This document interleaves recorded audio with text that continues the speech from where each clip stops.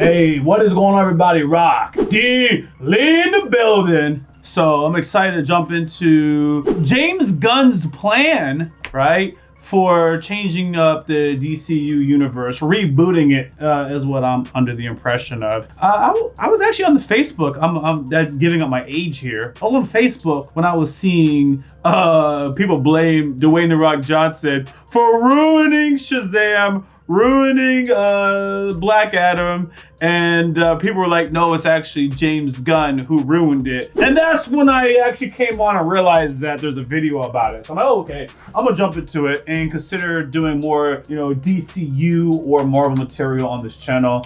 I'm invested in the DCU, guys, only because the homie Batman is there. If it wasn't for Batman, I wish Marvel could just actually, I don't even want. Batman should just leave and just have his own franchise. He's the only thing that's been holding up the DC universe, in my humble opinion. Probably just chase away a bunch of people from this channel. But I was saying Marvel should draft, but this current phase of Marvel, I'm not here to judge. I'm just saying it's not like the phase I grew up on. Anyways, so we're gonna jump into this. I wanna hear what Gunn has to say. If you guys do like our content, I hope that you hit that thumbs up button, drop a subscription. I want to hear from you. Be nice. Every time I post a video on some DC stuff, and there's always somebody who lives and breathes comics that can't handle that I don't know as much as every other person in the world. So let's see what you guys have to say. Let's jump into the reaction.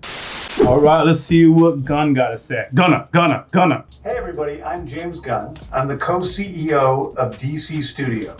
So as many of you know, DC has been disconnected in film and television for a long time. And it's one of our jobs, mine and Peter's, is to come in and make sure the DCU is connected in film, television, gaming, and animation. That the characters are consistent, played by the same actors, and it works within one story. And if something is outside of that, like Matt Reeves' Batman or Todd Phillips' Joker or Teen Titans Go, that it is clearly labeled as DC Elseworlds, outside of the mainstream DCU continuity. Now, Peter and I have gotten pretty lucky in terms of the 4 projects that are coming out over the next year. First, we have Shazam, Fury of the Gods. Shazam has always been off kind of in his own part of the DCU, so he connects very well. That moves directly into The Flash, a fantastic movie that I really love, that resets the entire DC universe. Expected. And to move into Blue Beetle, a fantastic film about a kid who's a marvelous part of the DCU, and then into Aquaman 2, which leads directly into our next few projects, which I'm going to tell you about. Okay. So Peter and I, along with a group of very talented writers, have started to map out an 8 to 10 year plan of what DC Studios will be in film, television, and gaming. Now I'm actually getting hyped. I'm actually getting hyped. Gods and Monsters. Now this, what I'm about to tell you, is a part of the first chapter. I feel chills. It's not the entire first chapter. The first project is Creature Commandos. Creature Commandos is an animated series. I've written all the episodes. Something we're going to do that's a little bit different at DC is we're going to have characters move into animation, out of animation, usually having the same actor play their voice as who plays them in live action. That's actually a fire idea. The next project up is Waller. This is the story of Amanda Waller, played by Viola Davis. Viola Davis is going to team up with members of Team Peacemaker, and this is a story that's been created by Crystal Henry, who did Watchmen, and Jeremy Carver, who created the Doom Patrol. So far, it's good. It's a fantastic story that's out of this world, and I can't wait for people to see it. Okay, next up is a big one, the true beginning of the DCU. Okay. This is called Superman Legacy. This is being written by me. Henry Cavill, a great time doing it, and Superman will be released into theaters July 11th, 2025. Oh my God. The next thing is a big premiere HBO television series called Lanterns. This is a story of a couple of Green Lanterns, John Stewart and Hal Jordan. More than one? We have a few other lanterns peppered in there, but this is really a terrestrial-based TV show, which is almost like True Detective with a couple of Green Lanterns or space cops watching over Precinct Earth. In it, they discover a terrifying mystery that ties into our larger story of the DCU.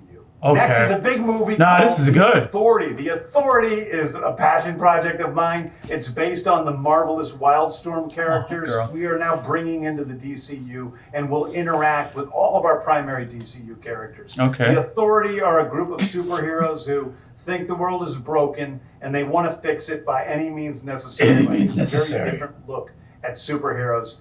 We're doing a television series called Paradise Lost. My God. Paradise Lost is a story of Paradise Island, usually known as Themyscira, which is the birthplace of Wonder Woman. It's almost like Game of Thrones with Westeros, but with all of the inhabitants of Paradise Island. The introduction of the DCU's Batman is The Brave and the Bold. The Brave and the Bold is the story of Batman and his actual son, Damian Wayne. Oh, this is fire! This is fire! What? Ah! Woo! Ah! Woo! Ah! Woo! I gotta chill on this one, man. I know this is just the announcement, but I gotta chill on that one. Whoa! Whoa! Okay. I gotta go back a half a second. I'm sorry, man. Y'all just trying to watch a chill reaction, but it's the Damian Wayne is what I wasn't expecting. That really changes the ball game. I'm sorry, guys. I'm sorry. Damian Wayne. Whoa! That means there's a potential for Nightwing. I'm already talking smack.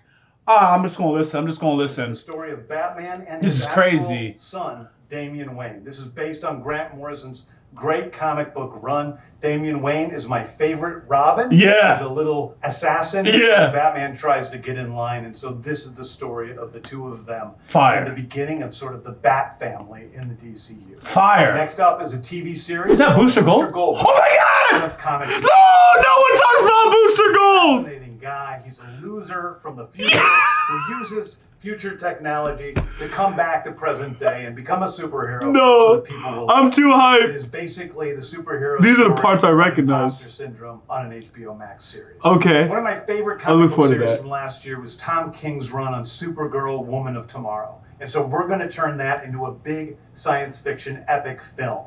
Now, Superman is a guy who was sent to Earth and raised by loving parents, whereas Supergirl in this story, she is a character who was raised on a chunk of Krypton. She watched everybody around her perish in some terrible way, so she's a much more jaded character. And that brings me to Swamp Thing, the last thing we're going to talk about, a very dark horror story in the origins of the monster who is Swamp Thing. And although it's totally outside of the rest of the DCU, it will still feed into the rest of the stories. Okay. Anyway, those are the stories that I can tell you this about is good. right now. I've loved the DC characters since I was a child.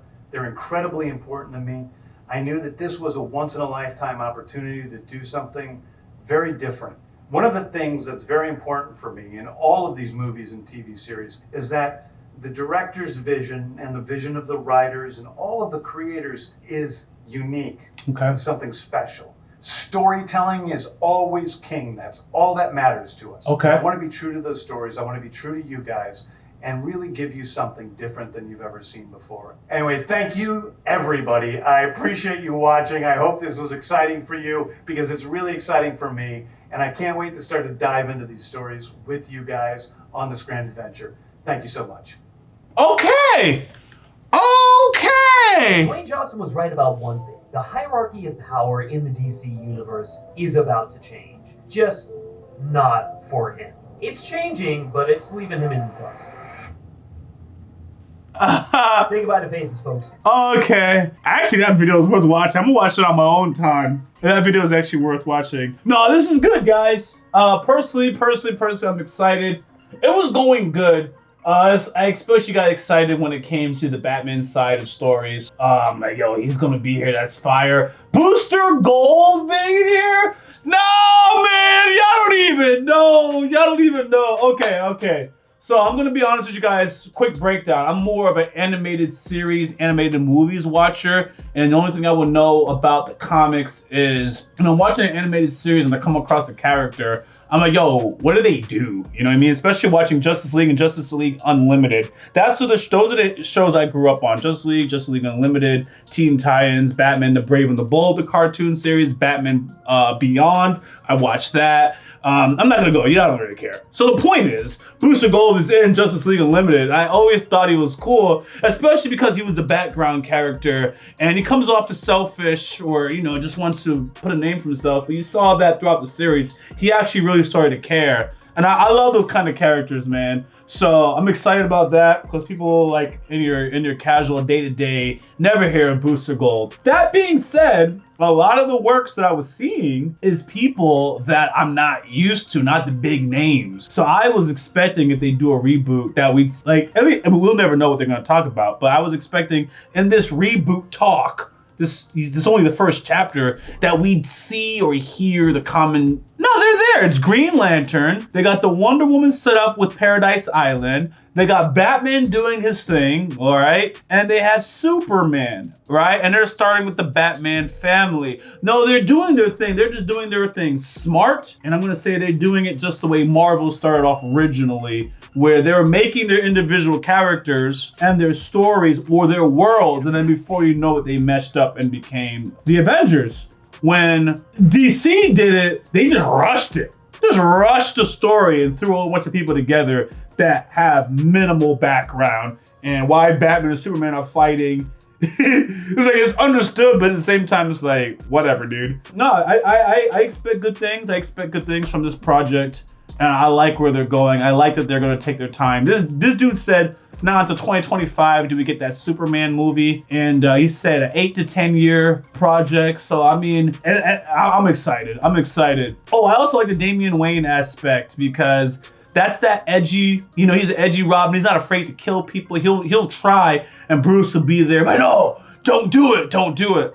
I like the episode or the movies where Batman is bad or he's under brainwash and then Damian has to go beat him up and stuff like that. Nah, Damian Wayne is an edgy, cool character. And seeing Damian Wayne makes me assume that we're talking about this setting up the Batman family universe, that Nightwing will be in the picture. It'll be a Dick Grayson that's older, obviously. So I look forward to that because I have been itching for a Nightwing movie. And I have been thinking, just abandon the Justice League, do Nightwing and that era of people, or do like Batman Beyond, do something like that. Anyways, so we're gonna see. We're gonna see. I don't have anything to say about Superman. I'm not a Superman fan. Whoa! I know, I just ticked a lot of people off. I root for Superman to get jumped. I enjoy Superman being on the screen, but I'm not a fan of Superman. I understand what time it is when everyone is struggling and Superman shows up and he starts bodying people. I know what time it is. So when he's bodying people and cities are getting toppled, I enjoy that. But as a character standing for truth and justice, I typically don't like that. That being said, I'm ranting a lot, right? I like the Henry Cavill portrayal of Superman. That makes me like him, right? So like, when they had him in jail and he just ripped off the cuffs and saying, let's set something straight. You don't like me because you can't control me. And you never will. I'm like, that's the kind of Superman I like. In the recent Justice League animated movies, they have a darker Superman. Him and Wonder Woman got this thing going on. I definitely like that version of Superman too. So if I grew up with that Superman, I would probably be a Superman fan. I just don't like the Boy Scout version of Superman that I've been exposed to growing up. So, anyways, man, I'm excited. Let's hear what you guys think. Like I said, I'm gonna probably pivot the channel here more towards the DCU type of content, especially since we're beginning with some new stuff and obviously sprinkle in some Marvel. So I'm out, guys. Thanks for watching. I'm active on Twitter. I'm active on Instagram. As you guys heard in the beginning of this video, I'm active on Facebook. If you want to buy me a coffee, hook me up, join the Patreon. Anyways, I'm out, guys. Later. What's going on, everybody? Thank you for subscribing to this channel. If you haven't followed me on Twitter, please go ahead and do so. The link is in the description of this video, and I actually tweet back. Much love, Rock T. Lee.